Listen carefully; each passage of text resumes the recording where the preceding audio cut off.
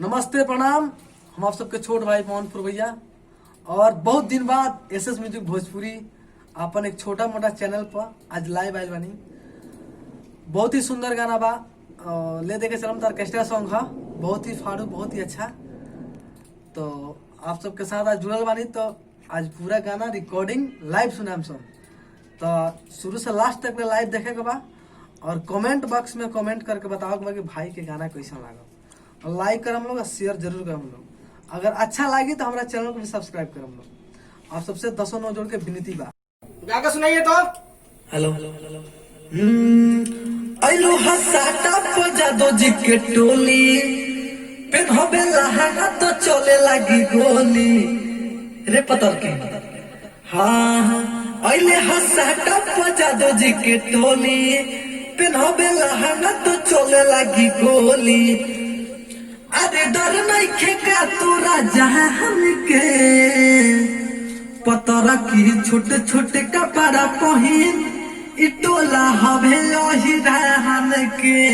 चलिए आइए, पतरा की आइए चलिए अंतरा लेते हैं। बोले मुखड़ा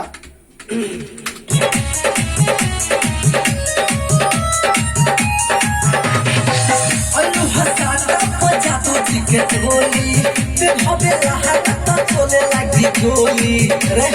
देखा करे लाठी पूरा अनु हसाता पजा तो टिकट होली ते हवे लहात तो चले लगी गोली। आज डर नहीं खेका तोरा जहान के पतरा की छोटे छोटे कपड़ा पहिन हिटोला हवे हिरान के।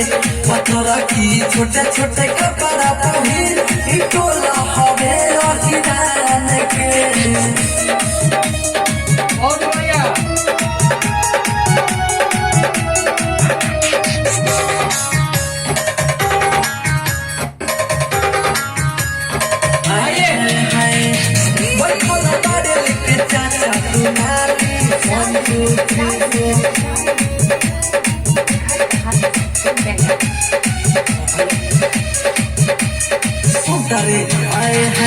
बैठला गाड़ी लेके चाचा दुनाली मुझ बनैबे ना तो कदी है खाली सीना के ओढ़नी दे दे उतार के सबके ऊपरी है दुनाली के नाली।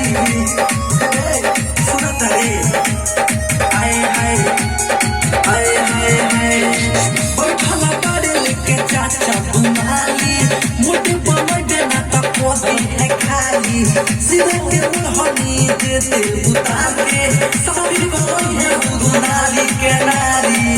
बोले का भावे लबे पे समान के पतरा की छोटे छोटे कपड़ा पहिन टोला हवे हिरान के।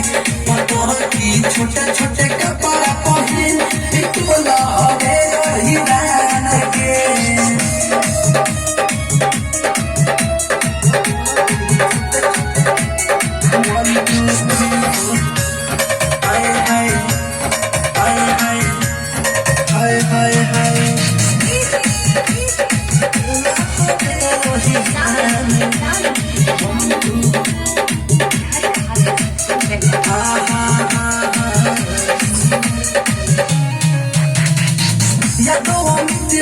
पैसा के बॉडी रात में जाके देखाओ ना रे बॉडी डीजे सबीरे लबी से के आलू के सबो कौन से कोहेला खेलबे कबड्डी होला खेलबे कबड्डी। हाय हाय हाय हाय हाय हाय यादो लमीते भी है पैसा के बॉडी रात में जाके देखाओ ना रे बॉडी डीजे सबीरे लबी से के आलू के सबो हाली खेलना कबड्डी भोरे न बदल गई है बाहर के। पतरा की छोटे छोटे कपड़ा पहिन